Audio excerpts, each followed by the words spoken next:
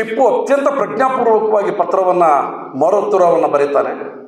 ಬೇರೆ ಎಲ್ಲ ಓಲೆಗಳಲ್ಲಿ ಟಿಪ್ಪು ಸುಲ್ತಾನ್ ಬಾದಶಃ ಎಂಬ ಶಬ್ದವನ್ನು ಪ್ರಯೋಗ ಮಾಡುವ ಟಿಪ್ಪು ಶೃಂಗೇರಿ ಶ್ರೀಗಳಿಗೆ ಬರೆಯುವಾಗ ಶ್ರೀ ಶ್ರೀ ಶ್ರೀ ಭಾರತೀಯ ಸಚ್ಚಿದಾನಂದ ಸ್ವಾಮೀಜಿಗಳ ಚರಣಗಳಿಗೆ ಟಿಪ್ಪು ಸುಲ್ತಾನ್ ಮಾಡುವ ಪ್ರಣಾಮಗಳು ಅಂತ ಬರೀತಾನೆ.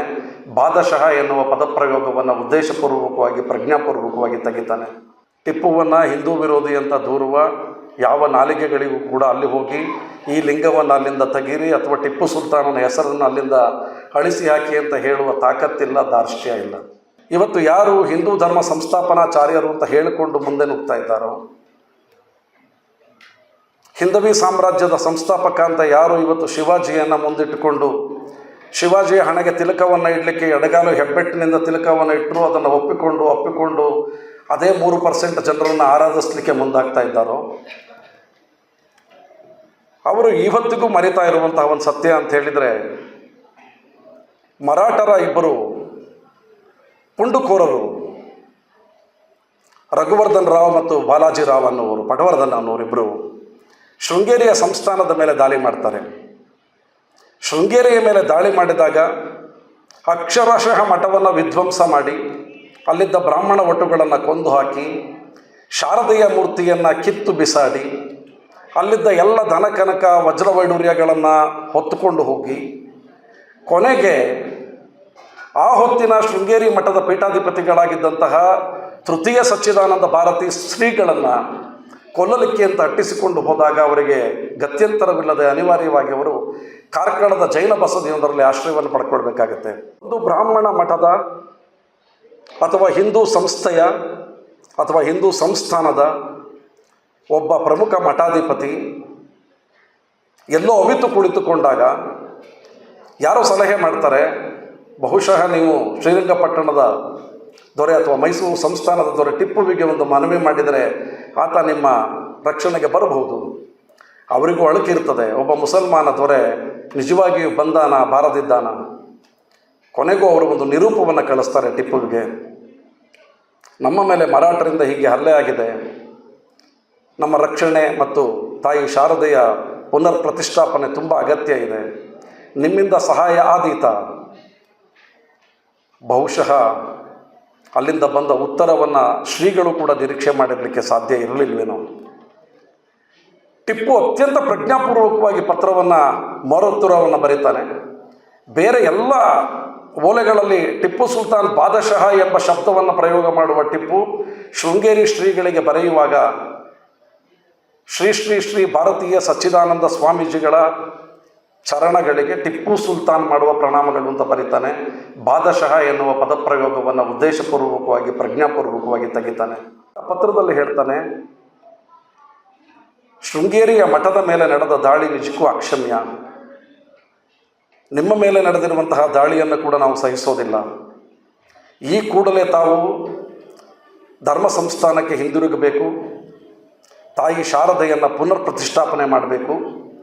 ಅದಕ್ಕೆ ತಗಲುವ ಎಲ್ಲ ವೆಚ್ಚವನ್ನು ಧನಕನಕಗಳನ್ನು ಕೊಡುವುದಕ್ಕೆ ಮತ್ತು ವ್ಯವಸ್ಥೆಗಳನ್ನು ಮಾಡಲಿಕ್ಕೆ ನಾನು ಶೃಂಗೇರಿಯ ಅಸೀಫರಿಗೆ ಅಮೂಲುದಾರರಿಗೆ ಈಗಾಗಲೇ ಹುಕುಂ ಜಾರಿ ಮಾಡಿದ್ದೇನೆ.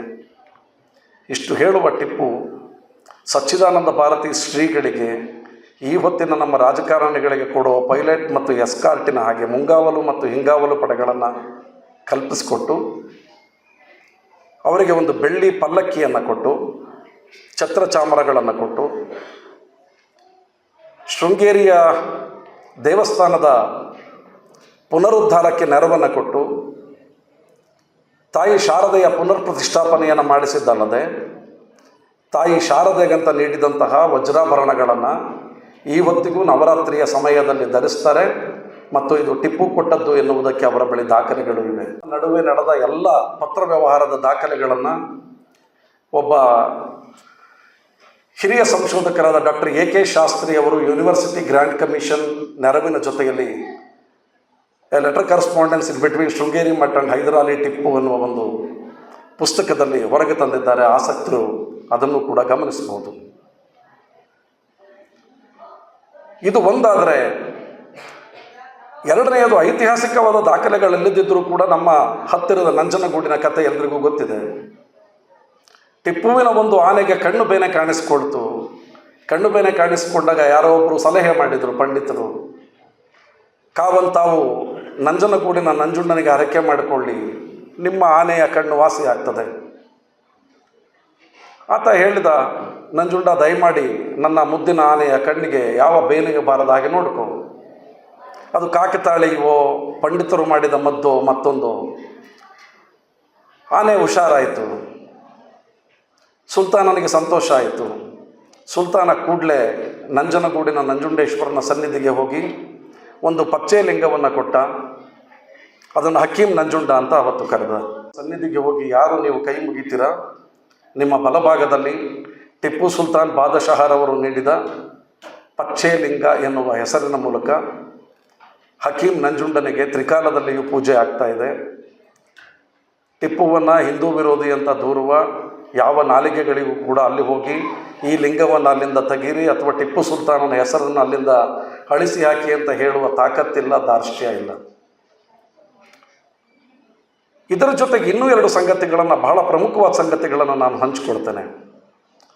ಟಿಪ್ಪು ನಿಜವಾಗಿಯೂ ಹಿಂದೂ ವಿರೋಧಿಯಾಗಿದ್ದರೆ ಅಥವಾ ದೈವ ವಿರೋಧಿಯಾಗಿದ್ದರೆ ಆತನ ಲಾಲ್ ಮಹಲ್ ಅರಮನೆಗೆ ಹೊಂದಿಕೊಂಡ ಹಾಗೆ ಇರುವಂತಹ ಗಂಗಾಧೇಶ್ವರನ ಗುಡಿ ಟಿಪ್ಪು ಹುಟ್ಟುವ ಮೊದಲಿಗೂ ಇತ್ತು, ಟಿಪ್ಪು ಸತ್ತ ನಂತರದ 250 ವರ್ಷಗಳ ಕಳೆದ ನಂತರವೂ ಇದೆ.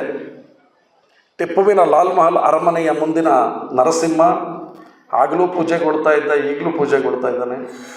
ಟಿಪ್ಪುವಿನ ಲಾಲ್ ಮಹಲ್ ಅರಮನೆಯಿಂದ ಕೇವಲ ಕೆಲವು ಅಡಿಗಳ ದೂರದಲ್ಲಿರುವ ಶ್ರೀರಂಗನಾಥ ಅವತ್ತಿಗೂ ಹಾಗೆ ಮಲಗಿದ್ದ, ಇವತ್ತಿಗೂ ಹಾಗೆ ಮಲಗಿದ್ದಾನೆ. ಅದರಲ್ಲಿ ಅರಮನೆಗೆ ಹೊಂದಿಕೊಂಡಂತಿರುವ ವೆಂಕಟರಮಣ ಆವತ್ತಿಗೂ ಪೂಜೆಗೊಳ್ತಾ ಇದ್ದ, ಇವತ್ತಿಗೂ ಪೂಜೆಗೊಳ್ತಾ ಇದ್ದಾನೆ. ಈ ಎಲ್ಲ ಕಾರಣಗಳು, ಈ ಎಲ್ಲ ದೃಷ್ಟಾಂತಗಳು ನಿಮ್ಮ ಕಣ್ಣ ಮುಂದೆ ಇದ್ದರೂ ಕೂಡ ಟಿಪ್ಪುವನ್ನು ನೀವು ಹಿಂದೂ ವಿರೋಧಿ ಅಂತ ಕರೀತಾ ಇದ್ದೀರಾ, ಆತನಿಗೆ ಹಿಂದೂ ವಿರೋಧದ ಪಟ್ಟವನ್ನು ಕಟ್ತಾ ಇದ್ದೀರಾ. ಕೊಯಮತ್ತೂರಿನ ಲಕ್ಷ್ಮೀ ದೇವಸ್ಥಾನವನ್ನು ಅಪ್ಪ ಮಕ್ಕಳಿಬ್ಬರು ನಿಂತು ಜೀರ್ಣೋದ್ಧಾರ ಮಾಡಿದರು. ರಥೋತ್ಸವದಲ್ಲಿ ತಂದೆ ಮಕ್ಕಳಿಬ್ಬರು ನಿಂತು ರಥದ ಎಳೆಯೋದಕ್ಕೆ ಸಹಾಯ ಮಾಡಿದರು ಅನ್ನುವಂಥ ತಾಮ್ರಪಟ ಲಭ್ಯ ಇದೆ. ಅದನ್ನು ಒಪ್ಪಿಕೊಳ್ಳಲಿಕ್ಕೆ ನಿಮಗೆ ದೂರುವ ನಾಲಿಗೆಗಳಿಗೆ ಯಾರಿಗೂ ಆಗ್ತಾ ಇಲ್ಲ. ಟಿಪ್ಪುವನ್ನು ಹಿಂದೂ ವಿರೋಧಿ ಅಂತ ಬಿಂಬಿಸುವುದಕ್ಕೆ ನಾವು ಎಷ್ಟೆಲ್ಲ ಕಸರತ್ತುಗಳನ್ನು ಮಾಡಿದ್ದೀವಿ ಅಂತ ಹೇಳಿದರೆ, ನಮ್ಮ ಮೈಸೂರನ್ನು ಪ್ರತಿನಿಧಿಸ್ತಾ ಇದ್ದಂತಹ ಒಬ್ಬ ಸಂಸತ್ತಿನ ಸದಸ್ಯ, ಆತನ ಹೆಸರನ್ನು ನನಗೆ ಹೇಳಲಿಕ್ಕಿಲ್ಲ, ಅಗತ್ಯ ಇಲ್ಲ. ಆತ ಒಂದು ಪುಸ್ತಕ ಬರೀತಾರೆ, ಟಿಪ್ಪು ಸ್ವಾತಂತ್ರ್ಯ ವೀರನೇ ಅಂತ. ಬಹಳ ದೊಡ್ಡ ಪುಸ್ತಕ, ಒಂದು 200 ಪುಟಗಳ ಪುಸ್ತಕ. ಆ ಪುಸ್ತಕದಲ್ಲಿ ಒಂದು ಕಡೆ ಆತ ಒಂದು ವಿಷಯವನ್ನು ಉಲ್ಲೇಖ ಮಾಡ್ತಾರೆ. ಕೊಡಗಿನ ಅರಸ 2ನೆಯ ಲಿಂಗರಾಜ ಮಡಿಕೇರಿಯಲ್ಲಿ ಓಂಕಾರೇಶ್ವರ ದೇವಸ್ಥಾನವನ್ನು ಕಟ್ಟಿಸಿದ. ಓಂಕಾರೇಶ್ವರ ದೇವಸ್ಥಾನವನ್ನು ಕಟ್ಟಿಸಿದ ಮೇಲೆ ದೂರದಲ್ಲಿ ನಿಂತು ನೋಡಿದ. ಅದರ ಗೋಪುರದ ವಿಸ್ತಾರವನ್ನು, ಅದರ ಗಮ್ಯತೆಯನ್ನು ಕಂಡ ಲಿಂಗರಾಜನಿಗೆ ಆತಂಕ ಶುರು ಆಗಿಬಿಡ್ತು. ಟಿಪ್ಪು ದೂರದಿಂದ ಕಂಡಿದ್ದೇ ಆದರೆ ಈ ದೇವಸ್ಥಾನದ ನಿರ್ನಾಮ ಮಾಡಿಬಿಡ್ತಾನೆ ಅಂತೇಳಿ 2ನೇ ಲಿಂಗರಾಜ ತಾನೇ ಕಟ್ಟಿಸಿದ ದೇವಸ್ಥಾನದ ಗೋಪುರವನ್ನು ತಾನೇ ಕೆಳಗುರುಳಿಸಿ ಅದನ್ನು ಮಸೀದಿಯ ಹಾಗೆ ಕಾಣುವಂತೆ ಗುಂಬಜಿನ ಮಾದರಿಯಲ್ಲಿ ನಿರ್ಮಾಣ ಮಾಡಿದ ಅಂಥೇಳಿ ನಮ್ಮ ಸಂಸತ್ತಿನ ಮಾಜಿ ಸದಸ್ಯ ಮಹಾಜ್ಞಾನಿ ಒಬ್ಬರು ತಮ್ಮ ಪುಸ್ತಕದಲ್ಲಿ ಅಧಿಕೃತವಾಗಿ ಬರೀತಾರೆ. ನಾನು ಅವರನ್ನು ಒಂದು TV ಚಾನಲನ್ನು ಇಂಟರ್ವ್ಯೂನಲ್ಲಿ ಪಕ್ಕದಲ್ಲಿ ಕೂರಿಸ್ಕೊಂಡು ಪ್ರಶ್ನೆ ಮಾಡಿದೆ, ಮಹಾಸ್ವಾಮಿ ನೀವು ಜ್ಞಾನಿಗಳಿದ್ದೀರಿ, ಟಿಪ್ಪು ಸತ್ತದ್ದು 1799ರಲ್ಲಿ, ಕೊಡಗಿನ ಅರಸ ಲಿಂಗರಾಜ ಓಂಕಾರೇಶ್ವರ ದೇವಸ್ಥಾನವನ್ನು ಕಟ್ಟಿಸಿದ್ದು 1812ರಲ್ಲಿ, ಟಿಪ್ಪು ಸಂತ 13 ವರ್ಷಗಳ ನಂತರ ಕಟ್ಟಿದ ದೇವಸ್ಥಾನವನ್ನು ಟಿಪ್ಪುವಿನ ದೆವ್ವ ಭೂತ ಬಂದೇನಾದರೂ ಹೊಡಿತಾ ಇತ್ತ ಸ್ವಾಮಿ, ನಿಮ್ಮ ಕನಸು ಬಿದ್ದಿತ್ತ ಅಂತ ಕೇಳಿದೆ. ಆತ ಮೈಕ್ ಕಿತ್ತಾಕಿ ಇಂಟರ್ವ್ಯೂನಿಂದ ಎದ್ದು ಹೊರಟೋಗ್ಬಿಟ್ರು. ಅಂದರೆ ನಮ್ಮಲ್ಲಿ ಯಾವ ದಾಖಲೆಗಳು ಇಲ್ಲದಿದ್ದರೂ ಕಪೋಲಕಲ್ಪಿತವಾದ ಸಂಗತಿಗಳನ್ನೇ ಇತಿಹಾಸ ಅಂತ ಮಾಡಿ, ಅಮರ್ ಕುಮಾರ್ ಅವರು ಮಾತನಾಡುವಾಗ ಬಹಳ ಸೂಕ್ಷ್ಮವಾಗಿ ಒಂದು ಶಬ್ದವನ್ನು ಪ್ರಯೋಗ ಮಾಡಿದರು. ಪುರಾಣಗಳನ್ನು ಇದಮಿತ್ತಮ್ ಅಂತ ಒಪ್ಪಿಕೊಳ್ಳುತ್ತಿರುವ ನಮ್ಮ ಮನಸ್ಸುಗಳಿಗೆ ಚರಿತ್ರೆಯನ್ನು ಒಪ್ಪಿಕೊಳ್ಳೋದಕ್ಕೆ ಆಗ್ತಾ ಇಲ್ಲ. ಚರಿತ್ರೆಯ ದಾಖಲೆಗಳನ್ನು ಒಪ್ಪಿಕೊಳ್ಳಲಿಕ್ಕೆ ನಮ್ಮ ಮನಸ್ಸುಗಳು ಒಪ್ಕೊಳ್ತಾ ಇಲ್ಲ. ಇದು ಎಷ್ಟರ ಮಟ್ಟಿಗೆ ಸರಿ? ಹೀಗೆ ಟಿಪ್ಪುವಿನ ಧರ್ಮಪರವಾದ ಕೆಲಸಗಳನ್ನು ಹೇಳ್ತಾ ಹೋದರೆ ಬಹುಶಃ ಹೊತ್ತು ಸಾಲೋದಿಲ್ಲ.